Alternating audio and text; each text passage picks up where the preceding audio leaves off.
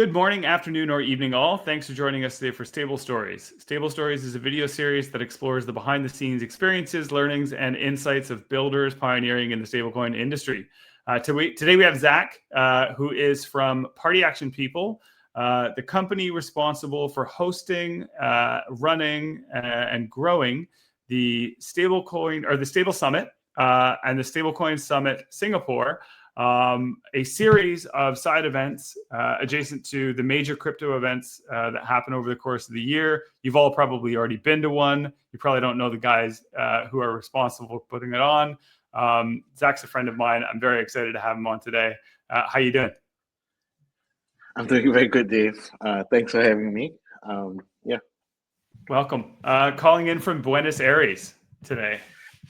Indeed, in gray and not so sunny Buenos Aires, but I'm assured the weather is going to change. Yeah, I believe by the time the event happens, by the time Devconnect happens, you'll have nothing but sunshine. Exactly. Nice. We have suppliers who have guaranteed us sunshine on our event days, so I'm hopeful. It's in the contract. Yeah. I like it. Yeah, nice. Cool. So why don't we kick things off? Tell me a little bit about yourself. Tell me about Party Action People, your background, and how you got involved. Yeah. So we started Party Action People when I had freshly dropped out of university. It was just supposed to be an event company, What I always say is the last event we did before a blockchain conference was my mom's anniversary, which is because basically we started in 2019 because event companies are a really good company to start when you have no idea what you want to do, because you can't lose money until you have your first event. And normally the event, unless something terrible happens, the event is supposed to pay for itself. So event companies are a great little thing to start, and so we just started one. I was super into Psytrance festivals in university. It's definitely part of the reason I dropped out. And so when I went back to Singapore, I was like, let's start an event company. We can bring Psytrance here, that kind of thing. Unfortunately, I mean, anyone who works in events would know, like, we started this in 2019, which means nothing happened because COVID came and stopped all events. And so what was really funny was, like, me and my co-founder Nick over here, we had money set aside to put into the company and like marketing and stuff like that. But instead we bought the COVID dip in Bitcoin. Nice. And that was our entrance to the crypto world, 2019. ETH was under $100 and BTC was like 3K. It's insane to think about now.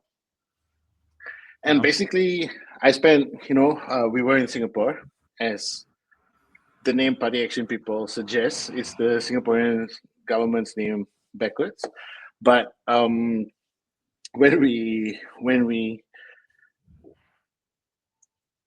COVID never ended in Singapore. It just went on and on and on because our government doesn't take any risks at all.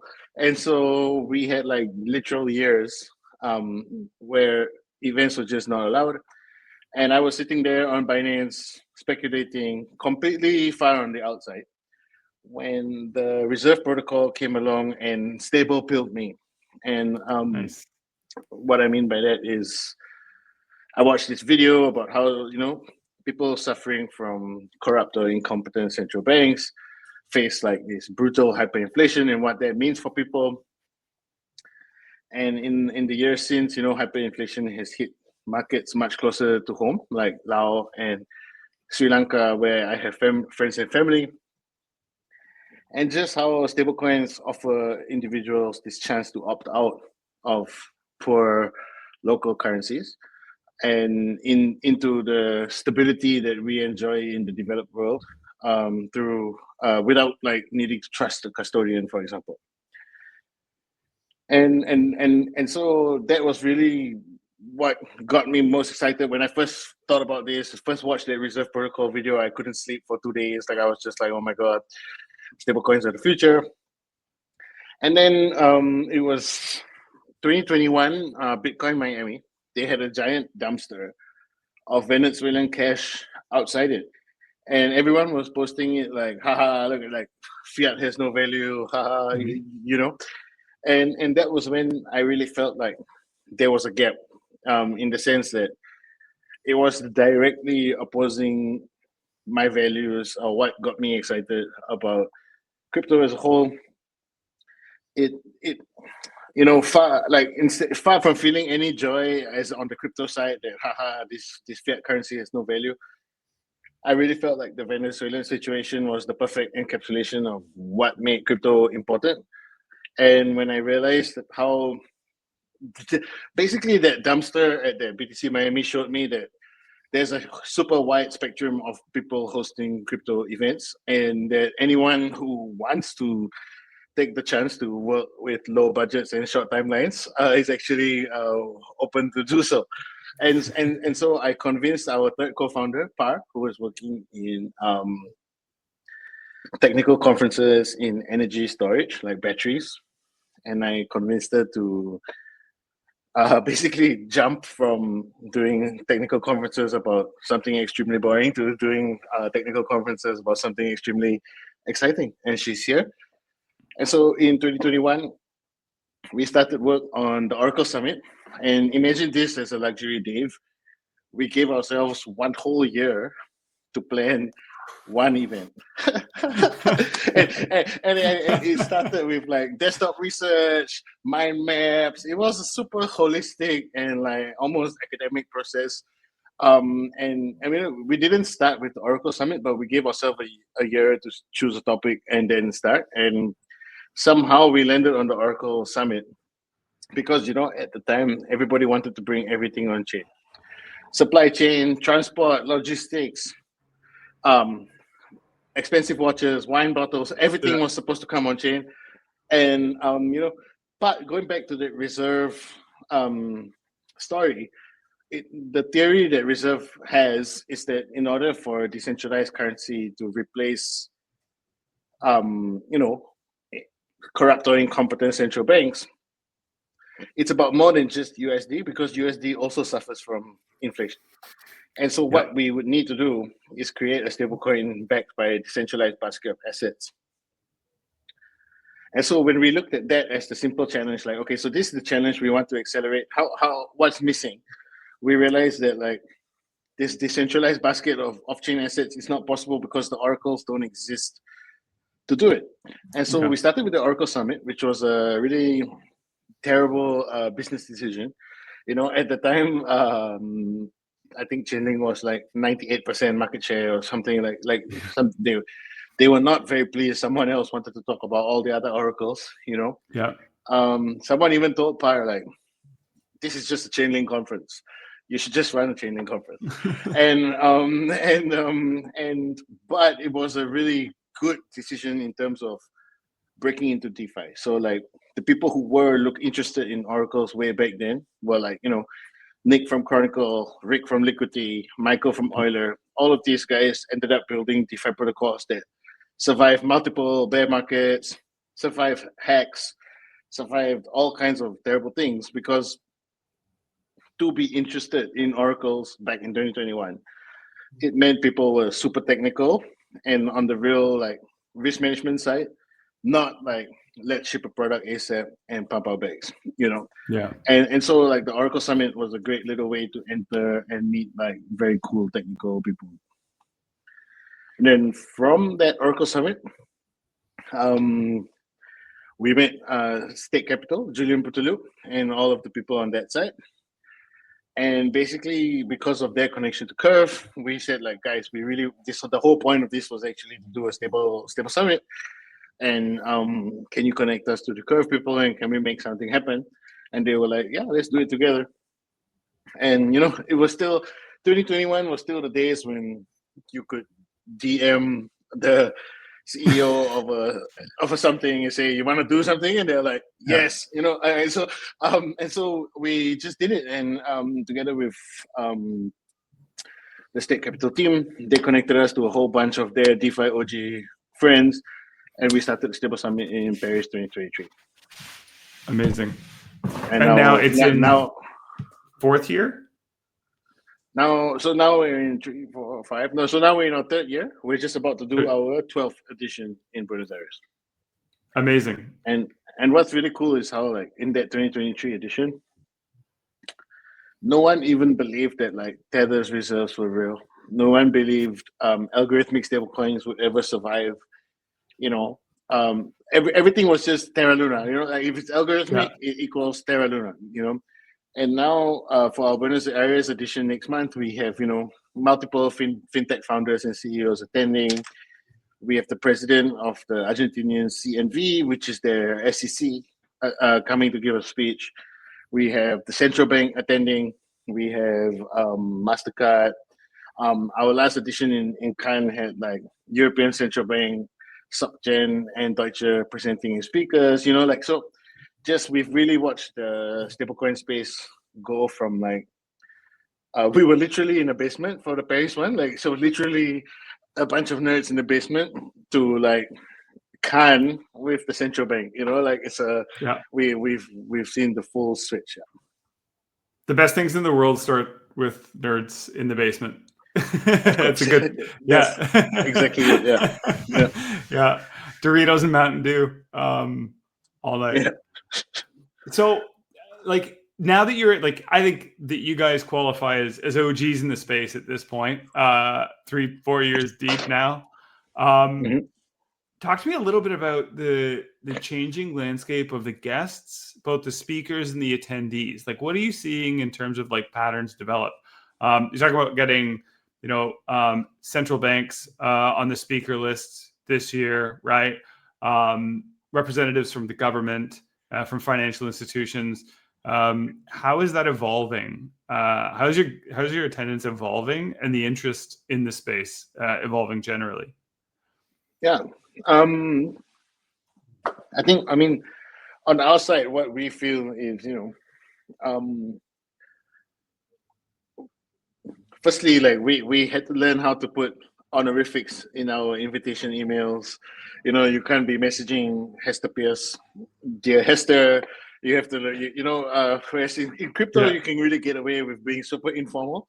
Now that the rest of the world is here, like we have to be really like, dear Commissioner Pierce, like very proper, prim and proper.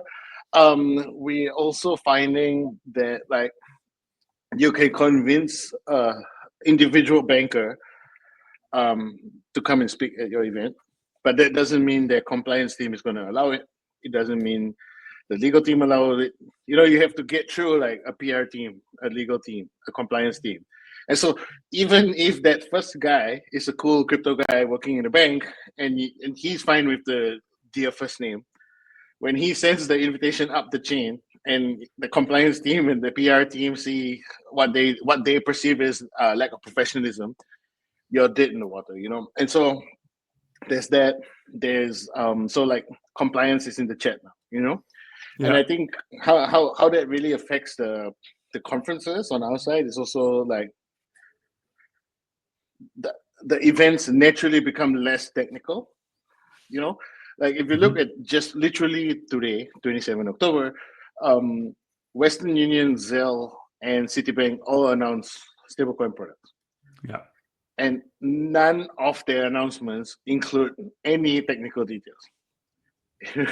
It's just we're gonna do this with stablecoins.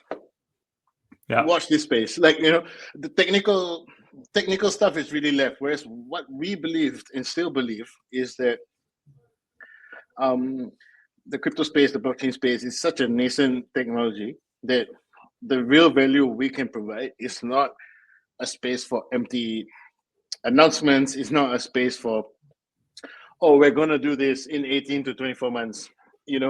It's creating a space for the most technical people in such an advanced field to get together, learn from each other's challenges, and collaboratively destroy these challenges. And so the reason why I'm not complaining about the state of affairs now, because I think the biggest challenge that kept coming up was the lack of regulatory clarity and that kind of thing. And so 2025, 2026 has seen like that lack of clarity disappear. We have presidents launching meme coins now.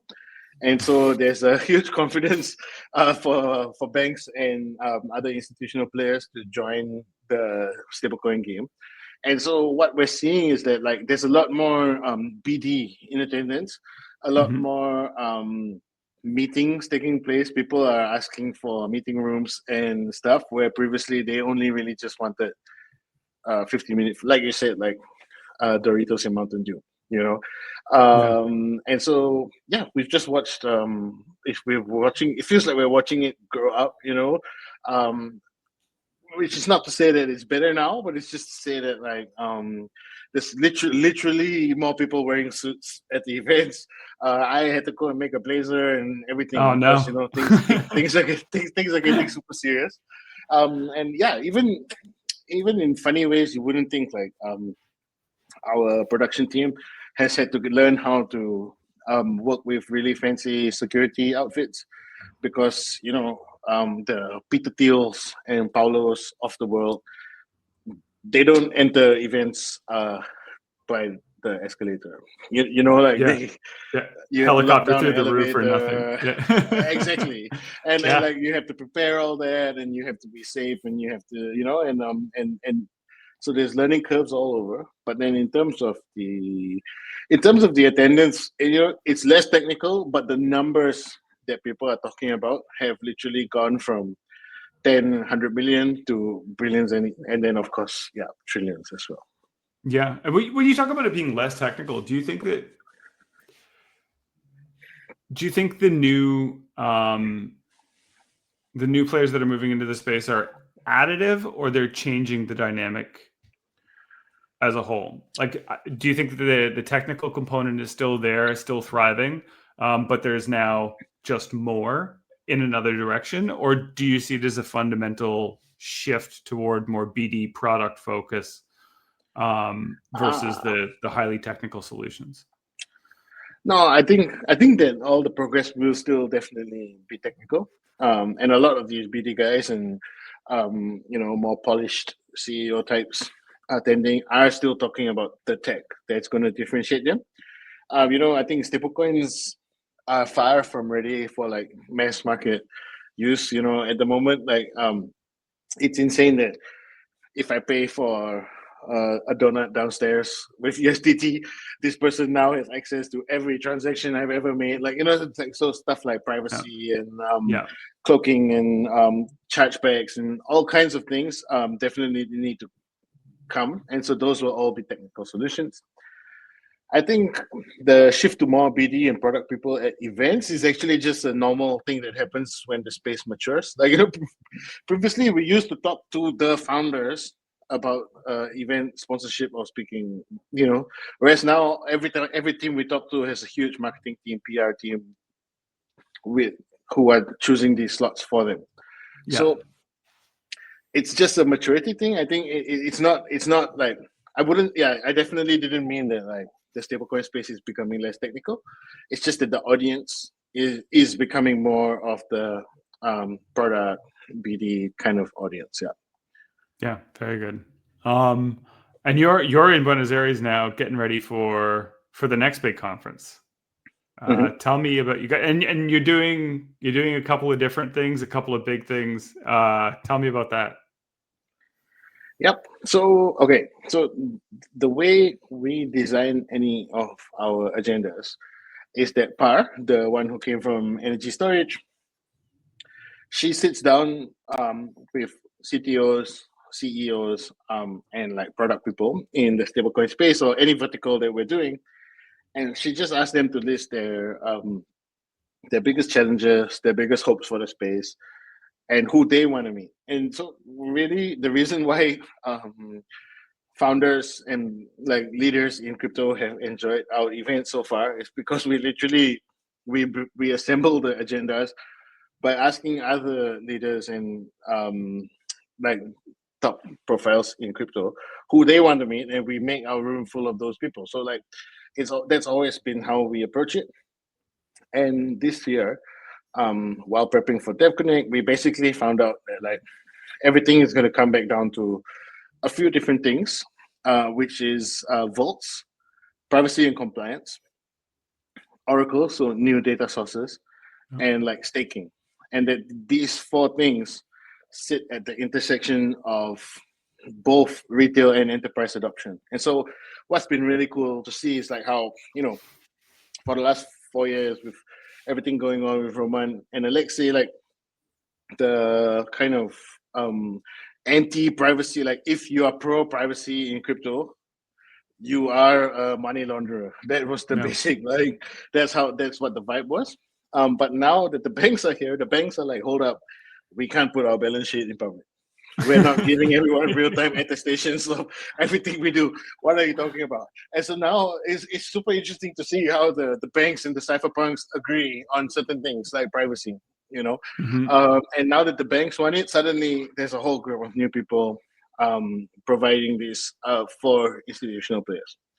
And so that's happening. And then we have vaults because, once all these institutions are on chain, once all our once all our salaries are paid in stablecoins, where do they go? What are we going to do with it? Vaults have emerged as a super interesting way to bring like traditional asset managers, hedge fund people, all kinds of interesting strategies on chain, while without sacrificing like control and custody and all kinds of good stuff. So vaults, and then oracles. We're never going to stop talking about oracles. We still think oracles are one of the great unsolved challenges of DeFi. Like the price feeds, a super competitive space, and Redstone, Chainlink, Chronicle can all get you really good prices. Cross-chain, multi-chain, all the different types of prices, but we're still lacking like oracles. I mean, I think like Chronicle has focused a bit more on RWAs, but when we talk about building a basket of assets backed by every stock in the world, for example, there's still no oracle that can do that. And the quickest solution everyone has for now is deposit it into a centralized exchange, and the exchange will tell you the price. Which just doesn't work. And then finally, staking, because as the institutions come on, ways to stake for security and stake as a source of yield are both going to be super interesting for stablecoins. And so basically, we're doing all of these four as a summit of their own, while Stable Summit runs for 2 days, and we're calling the whole thing DeFi Connect. So it's going to be 5 conferences over 2 days, 18, 19 November. Huge. That's a big one for you. It's our biggest ever. Our venue is huge. We have space for like 2,000, 3,000 people. It's like a music venue. And because, like I said, my whole journey started stablecoins in Venezuela. Argentina was suffering from hyperinflation at the exact same time. It wasn't to the same degree as Venezuela. And both Venezuela and Argentina, inflation rate has come down quite a bit since. But Argentina was always one of the places we wanted to go. It's the only place we've ever been that satisfies 2 out of 2 criteria, which is clear need for stablecoins, clear regulation around stablecoins. You normally get one without the other. Like when we were in Bangkok or Istanbul, there was a clear need for stables, but the regulation was really scary. When we're in Singapore, Europe, or the US, regulation is clear, but fiat works just fine, Whereas Argentina, really, we had the mystical 2 for 2, and more importantly, there's also just this huge, amazing group of people. Like DeFi was built in Buenos Aires, whether you knew it or not. Like there's just a huge amount of devs here. The very advanced on the DeFi side, people have been working on stablecoins specifically since the start. People were way less distracted by things like NFTs and all of that stuff because of how important stablecoins could have been for Argentina and the region. So like, it is just the most perfect place to hold a stable summit. And so we literally reduced the barrier to entry to 0. The ticket is free, our first ever free ticket. But because we're doing 5 conferences at the same time, we do have a premium ticket that gets you like speaker and sponsor access for all 5 events. Yeah. Cool. I didn't know they were free. That's news to me. That's awesome. That's a great way to run it. Also, I've never heard. It's a really interesting heuristic, the 2 for 2, like clear regulation and clear need. It's such a succinct way to describe stablecoin adoption rates, and I think you're totally right. Right? Yeah.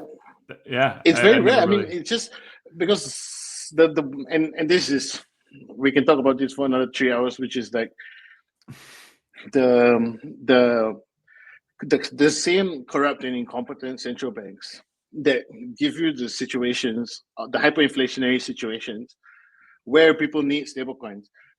Corrupt and incompetent central banks aren't open to other people solving the problem. There's a small group of individuals that are normally benefiting off hyperinflation, right? Mm-hmm. And those people are not open to the idea of foreign entities giving their people an opt-out. Like, they are milking their population, and they don't want their population to ever opt-out. What's really interesting in Argentina is how they have this like sandbox environment, open competition for money. Like they realized things were going really wrong with the peso, and they've just opened it up for competition. They haven't chosen a direction yet. It's just kind of open for experimentation, and that's just perfect for stablecoins and innovation in general. Yeah. On that note, do you see a lot of other countries adopting that stance in the coming, couple of years, as frankly stablecoins predominantly denominated in USD start being exported globally, right? So when the barrier to access for US dollars drops to effectively zero, the government, domestic governments can either opt in for capital controls, or they can opt in for open competitive markets for money and try and leverage that to an advantage. And I've been thinking a lot about what that response is going to be generally across the board. You got any thoughts on that?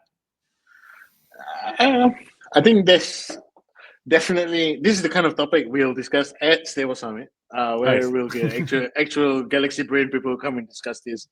But I think that the USD stablecoins are a bit like unstoppable at this moment, the network effects. And I think that, I promised you just now that when I talk about my first stablecoin use case ever, it will make people jealous because I talk about the Singapore situation, where I have this ramp called StraightX, where I can buy XSGD from them, and I can switch from XSGD to USDC or USDT for a few bips, like just a few bips, and pretty much any liquidity, any depth up to like a few $1 million, you can do it by yourself in the UI for just a few bips. It's amazing, but most countries won't have this like Singaporean level of liquidity available, won't have the services set up. This StraightX has existed since 2015. The Singaporean government very quickly realized if they control the ramp, they're safe. Like, they'll have control on everyone's activity, And so we had one set up from the dawn of time. But for many other stables and many other economies, it's just not going to be very easy to create like a local stablecoin that is super interoperable with the USD stablecoins everywhere else. And when all of these retail and enterprise customers come into stablecoins for cheap, fast, easy global money, they won't want to add like extra points of friction, I guess, so they wouldn't want to hold a local stablecoin just for it's not going to be out of patriotism.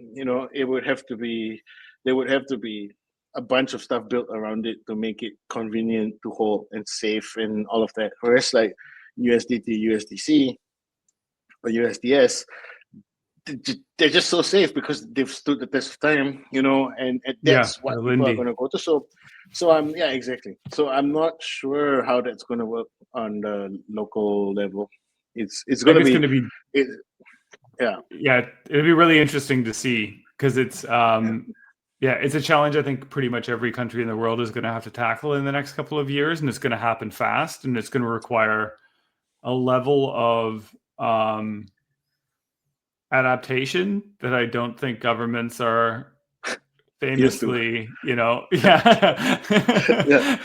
track record has not been stellar, is all I'm saying. Past performance is not indicative of future, but like agility. We'll see. Cool. So last question before we close out.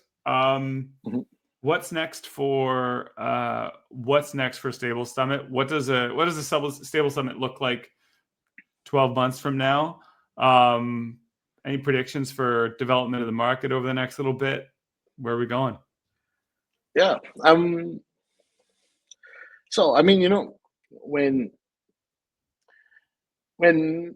we started Stable Summit, we were the only stablecoin conference in the world, and that was the way it was for like 2023, 2024, and then now, boom, 2025. There's maybe even a dozen, definitely at least half a dozen other stablecoin conferences, and we're really happy to see it. Like so many new approaches, so many different ways of talking about stablecoins, and there's so much to cover that we can't cover. Like it's just brilliant.